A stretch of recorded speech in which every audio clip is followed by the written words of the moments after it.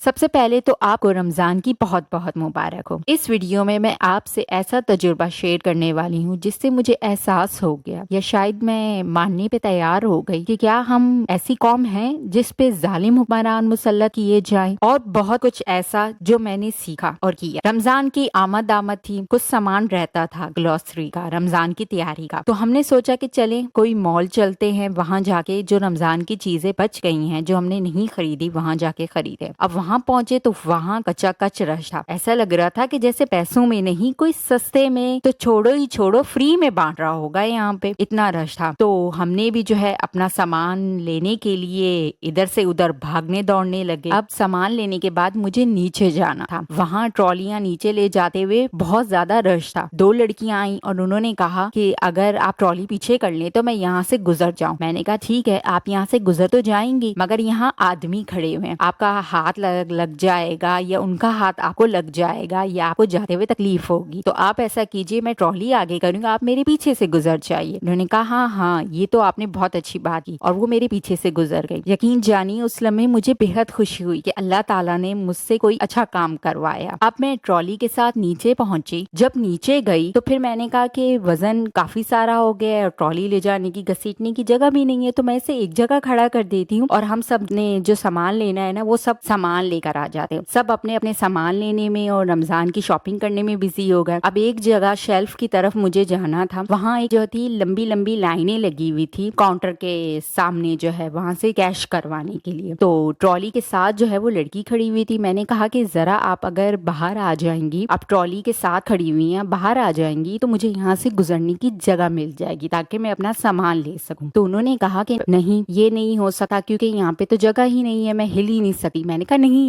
میں آپ کو یہاں سے ہٹنے کا نہیں کہہ رہی، میں آپ کو کہہ رہی ہوں آپ باہر آ جائیں تاکہ میں اندر سے گزر کے وہاں دوسرے شیلف پہ چلی جاؤں۔ تو انہوں نے کہا کہ نہیں میں تو یہ کرتی ہی نہیں ہوں، میں تو ہٹی ہی نہیں ہوں، ایک بدلحاظ انداز میں کہا۔ اس کے ساتھ اس پیرنٹس وغیرہ بھی اور رشتے دار بھی کھڑے تھے، کسی نے نہیں کہا کہ ہاں صحیح کہہ رہی ہے آپ ہٹ جاؤ۔ مجھے بہت افسوس ہوا کو کسی نے کہا بھی نہیں، جسے اتنی بھی عقل نہیں تھی کہ اگر وہ کہنا مان جاتی تو میرا کام آسان ہو جاتا۔ اس نے بدلحاظی اختیار کی۔ خیر، اور پھر میں نے یہ بھی دیکھا کہ لوگوں نے کسی نے بھی اس سے نہیں کچھ کہا، سب اپنے اپنے کام میں جو ہے لگے ہوئے تھے، کھڑے ہوئے تھے کہ انتظار کر رہے تھے، کسی نے یہ بھی نہیں کہا کہ آپ ادھر سے گزر جائیے۔ مجھے بہت افسوس ہوا کہ میں اوپر سے آ رہی ہوں، میں نے تو کسی کا لحاظ کیا لیکن لوگوں نے میرا لحاظ نہیں کیا۔ پھر میں نے ایک چیز سوچی کہ کیا میں نے نیکی اس لیے کی تھی کہ میرے آگے کام آئے؟ نہیں، میں نے تو نیکی اللہ سے عشق میں کی تھی، یہ تو اللہ کا عشق تھا، مجھے اللہ سے محبت تھی اس لیے میں نے کی۔ پہلے تو میں یہ سوچ رہی تھی، پھر مجھے یہ احساس ہوا کہ نہیں، میں نے نیکی اس لیے نہیں کی کہ میں صرف اللہ سے عشق کرتی ہوں، وہ تو میں کرتی ہوں اللہ سے عشق، یہ میں نے نیکی اس لیے کی کیونکہ یہ میرا فرض ہے، یہ میرا کام ہے۔ اللہ نے مجھے ہاتھ پاؤں دیے، دماغ دیا ہے،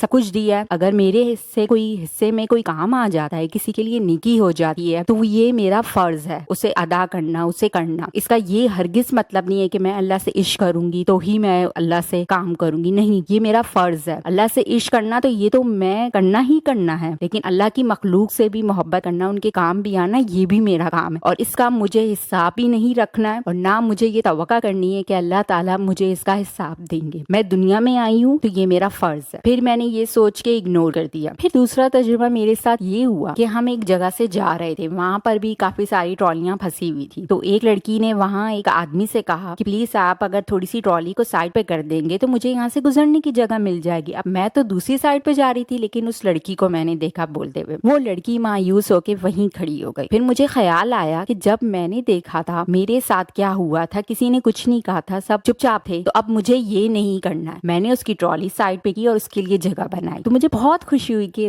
میں نے کچھ کام کیا، مجھے احساس ہوا کہ ہاں میں نے اپنا فرض ادا کیا، میری اللہ کا شکر ادا کیا کہ اللہ تعالیٰ نے مجھ سے کوئی کام کروایا۔ میں یہ ہرگز نہیں کہہ رہی کہ میں بہت زیادہ اچھی ہوں یا میں نے بہت اچھا کام کیا، میں بس یہ کہہ رہی ہوں کہ اللہ تعالیٰ کا شکر ادا کرنا چاہیے کہ اللہ آپ کو نیکی کرنے کی توفیق بھی دیتا ہے، اور اپنا فرض سمجھ کے ہر کام کیا کریں۔ اگر آپ کے ساتھ اچھا نہیں ہو رہا، اس کا یہ مطلب نہیں ہے کہ آپ نے کسی کے ساتھ بھی اچھا نہیں کرنا اور آپ نے ویسا ہی رویہ اختیار کرنا۔ اگر آپ ویسا رویہ اختیار کرتے رہیں گے تو آگے بھی آپ کو اس سے بھی برے رویے ملیں گے اور پھر آپ ان رویوں کو اختیار کرتے کرتے ایک برے شخص بن جائیں گے۔ پھر تیسرا تجربہ یہ ہوا کہ مجھے گراؤنڈ فلور پہ جانا، یہ میں جا رہی تھی تو وہاں میں نے دیکھا کہ ایک لڑکی کی ٹرالی پھنسی ہوئی ہے، وہاں پر بھی کوئی اس کی ہیلپ نہیں کر رہا تھا۔ پھر میں نے